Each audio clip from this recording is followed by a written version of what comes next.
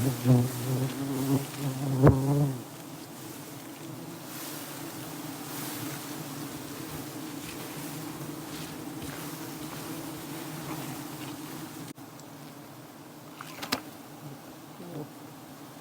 nhé lên ơi bạn chụp điệp số hay cái số sẽ đây buộc mài bông bồn tiền ở kia xôm xóa cùng một cảnh video thay mấy cứ video dọc mùng nâng ấy bông bồn hay có dương phơ đầm na pi tè từ chỉ tràn máu cứ châu pi từ bay màu này nó trộm tại đồi prey hay coi dương rục rọt trên tay hay dương không man thọt cà phơ đầm na cà đa rọt cái tê cứ dương thọt với cà giọt ngày ní ở trong ai bông bồn khơi thì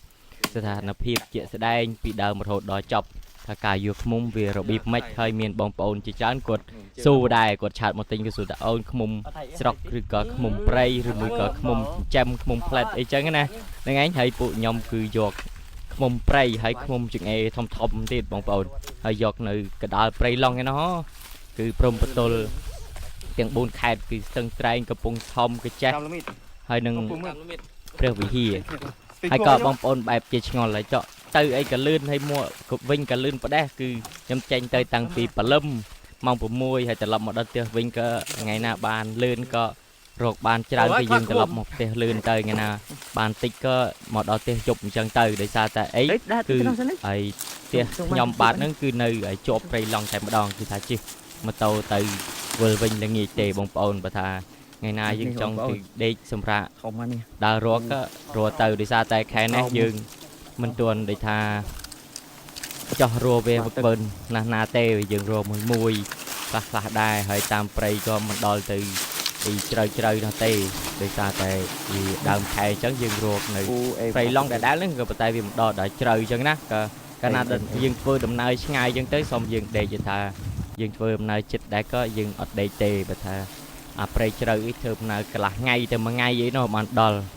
នឹងឯងឲ្យបងប្អូនក៏ចូលមើលសកម្មភាពនៃការចកទៅគឺថាឃុំមកសបុកនេះគឺធំសម្បើមដៃមែនតែនហើយក៏កូនក៏មិនសូវជាខ្ចីប្រហែលហើយចំណែកឯក្បាលទឹកគឺកូនបើដែរបងប្អូនក្បាលទឹកឃុំដែរល្អបងប្អូនសង្កេតមើលទៅគឺអានេះគេហៅថាវាបិទកមួតណាទោះបីជាមេឃភ្លៀងអីក៏វាអត់ចូលដែរអញ្ចឹងក៏បងប្អូនមិនបាច់ទៅបារម្ភអីទេគឺឃុំខែនេះវាអត់មានមេឃមានភ្លៀងអីទេគឺមិនបាច់បារម្ភថាលាយទឹកឃុំទឹកលាយទឹកព្រៃអីទឹកព្រៃច្រឡំតិចអីលាយទឹកភ្លៀងគឺអត់មានលាយទីបងប្អូនគឺថាវាបាត់ចិត្តឈឹងល្អតែម្ដងហើយសម្រាប់ឃុំនោះគឺថាឃុំព្រៃ 100% ធានាជូនបងប្អូនគឺពីច្រើនអតិថិជនខ្ញុំចាស់គាត់ដឹងហើយគាត់ត្រឡប់មកទិញខ្ញុំវិញតែញយទេទៅដល់ខែអីគាត់ត្រឡប់មកទិញហើយទឹកឃុំបងប្អូនខ្លះក៏គាត់ឆ្ងល់ចេះអានេះទីយកឃុំក៏សបោប្រដែរលក់ខុបប្រាំងខុបភាសាហើយឃុំយកមកពីណាលីទីដឹងមិនមែនទេបងប្អូនហើយយើងយករកថ្ងៃរាល់ថ្ងៃអញ្ចឹងទៅហើយក្រុមសមាជិករបស់យើងគឺមានច្រើនទៅទៅបងប្អូនគិតមើលមួយថ្ងៃត្រឹម2 3ពេត្រូហើយយើងយករកថ្ងៃរាប់ខែអញ្ចឹងទៅឃុំយើងបានច្រើនអញ្ចឹងបងប្អូនបាច់ឆ្ងល់បាច់ខ្វល់អីទេគឺចម្លើយគឺនៅត្រង់នេះឯងហើយក៏សមាជិករបស់យើងក៏ច្រើនថ្ងៃណាខ្លះខ្ញុំរវល់បានទៅក៏មានឲ្យក្រុមខ្ញុំគ្នាខ្ញុំអញ្ចឹងគាត់នាំគ្នាទៅអញ្ចឹងហើយបងប្អូនមួយចំនួនទៀតគាត់ឆ្ងល់ទៀតថាហេតុអីបានឃុំក៏មិនយកហើយតែកូនវាឲ្យតែទឹកវាទៅចាំបាច់យកកូនវាធ្វើអីវារីករាលដាលក៏ប៉ុន្តែបងប្អូនយើងធ្វើការជាក្រុមហើយយើងដូចថានឹងក្រុមការងារយើងគាត់មិនសូវទៅធម្មតាអ្នកមានអ្នកបានគេមិនទៅយកឃុំទៅបថុយជីវិតជាមួយឃុំហើយលើចុងឈើ20 30 ម៉ែត្រ 40 ម៉ែត្រទេហើយឃុំអីតិចម្ដងទៅដេកពេទ្យដេកអីនោះមានគេគឺធ្វើមិនអត់ត្រូវអត់នឹងឯងហើយក៏ដោយសារតែយើងអត់ខ្សត់ចឹងទៅក៏យើងយកទាំងកូនទាំងក្បាលទឹកវាដែរទៅហើយដូចជាក្បាលទឹកអញ្ចឹងយើងយកតាមស្តង់ដាររបស់គេគេយកតែត្រឹម 70% គេទុក 20% ហើយឬក៏ 30% សម្រាប់ឲ្យវាបន្តពូជទៀតតទៅមុខទៀតដើម្បីជាកូនជាកៅជាចៅវាទៀតចឹងទៅហើយដូចជាកូនអីគេអត់យកទេក៏ប៉ុន្តែខ្ញុំធ្វើការជាក្រុមបើយើងមិនយកក៏គេយកហើយក្រុមយើងមិនយកក៏មានអ្នកដតីគេទៅយកលក់ដែរដោយសារតែកូនក៏វាមានទីផ្សារខ្លាំងដូចជាក្បាលទឹកដែរអញ្ចឹងមានតែយើងយកទេហើយក៏នឹងដូចថាជាស្ដែងយើងទៅហើយក្បាលទឹកមកសម្បុកនេះគឺអែមមែនតើបងប្អូនគឺពេលនេះខ្ញុំឡើងទៅថតផ្ទាល់តែម្ដងដោយសារតែពេលខ្លះយើង អត់មានគ្នាអញ្ចឹងទៅឲ្យយកមានអ្នកថតឲ្យអញ្ចឹងទៅក៏យើងមានគ្នាអញ្ចឹងយើងថតសកម្មភាពហើយវីដេអូនេះក៏វែងដែរដោយសារតែចង់ឲ្យបងប្អូនឃើញតាំងពីដើមរហូតដល់ចប់ហើយក៏ខ្មុំក៏មិនមែនតែមកសបុកនេះទេមួយថ្ងៃចូល5 6សបុកថ្ងៃខ្លះក៏ទៅ10សបុកអីចឹងទៅប៉ុន្តែខ្ញុំមិនសូវបានថតទេខ្ញុំផ្ដោតនៅលើការយកខ្មុំដែរទេ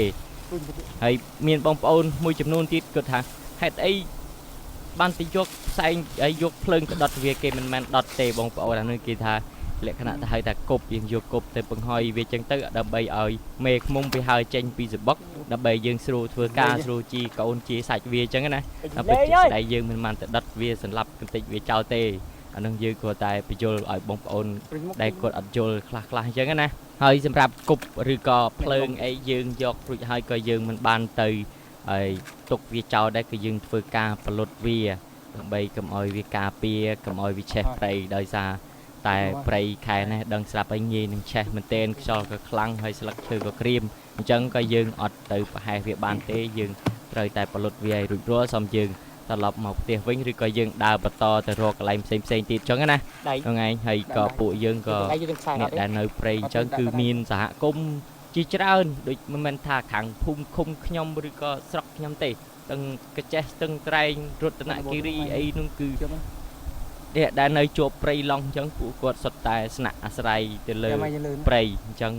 ពួកយើងក៏បានផលប្រយោជន៍ពីព្រៃនេះក៏ច្រើនដែរហើយក៏យើងមិនអាចទៅបំផ្លាញវាដែរអញ្ចឹងគឺថាបងប្អូនខ្លះក៏គាត់អត់ដឹងហើយក៏គាត់ឆ្ងល់អីចឹងណានឹងក៏ជាការបញ្យល់ហើយមានអ្នកខ្លះគាត់ជេរគាត់បដិញទៀតថាយកខ្ញុំចេះចោះភ្លើងអត់ផលិតអីតាមពិតគេនិយាយទៅគេមានឲ្យវិធីសាស្ត្រមានការពាររបស់គេដែរគេមិនចេះទៅយកហើយមិនចេះទៅធ្វើទេហើយក៏ដូចដឹងដូចឃើញចឹងប៉ុន្តែពេលខ្លះយើងមិនបានថតឲ្យបងប្អូនមើលឲ្យអស់អញ្ចឹងបងប្អូនអាចទៅយល់ច្រឡំថាអូចេះចោះយើងឯណាទៅបានថតឲ្យគ្រប់ឲ្យនិយាយលក្ខណៈថាគ្រប់ឲ្យវិនាទីគ្រប់24ម៉ោងជូនបងប្អូននោះដោយសារតែពេលខ្លះខ្មុំកាចអីចឹងទៅយើងប្រញាប់ចោះប្រញាប់រត់អញ្ចឹងទៅហើយដោយខ្មុំមួយសបុកនេះគឺវាមិនអីវាមិនកាចណាស់ណាដែរទេបងប្អូនឃើញខ្ញុំយកឲ្យខ្ញុំបោះនឹងដៃទេដោយសារពេលខ្លះវាមានខ្មុំស្រួលខ្មុំកាចអីចឹងទៅដោយខ្មុំនេះទេដូចខ្មុំខ្លះអីហ្នឹងដែលតិចខ្ញុំឆ្នាំទៅនោះគឺវាកាចមែនគ្រាន់តែខ្ញុំឡើងទៅដល់វាតិចយកគ្នាតែម្ដងអញ្ចឹងបានថាការយកខ្មុំនេះគឺហានិភ័យណាស់ហើយសម្រាប់តម្លៃវិញបងប្អូនគឺតម្លៃប្រព័ន្ធនឹងគឺបងប្អូនគួរតែទទួលយកហើយណាមួយខ្មុំព្រៃខ្មុំនិយាយទៅធម្មជាតិនៅក្នុងព្រៃជ្រៅហើយខ្មុំល្អទៀតអញ្ចឹងតម្លៃប៉ុណ្្នឹងខ្ញុំគិតថាអត់ថ្លៃទេបងប្អូនយកទៅធ្វើឱសថខ្ញុំណែនាំធ្វើឱសថគឺល្អតែម្ដងសម្រាប់ខ្មុំព្រៃនេះគឺល្អខ្លាំងហើយនេះមកសបុកនេះគឺយើងបាន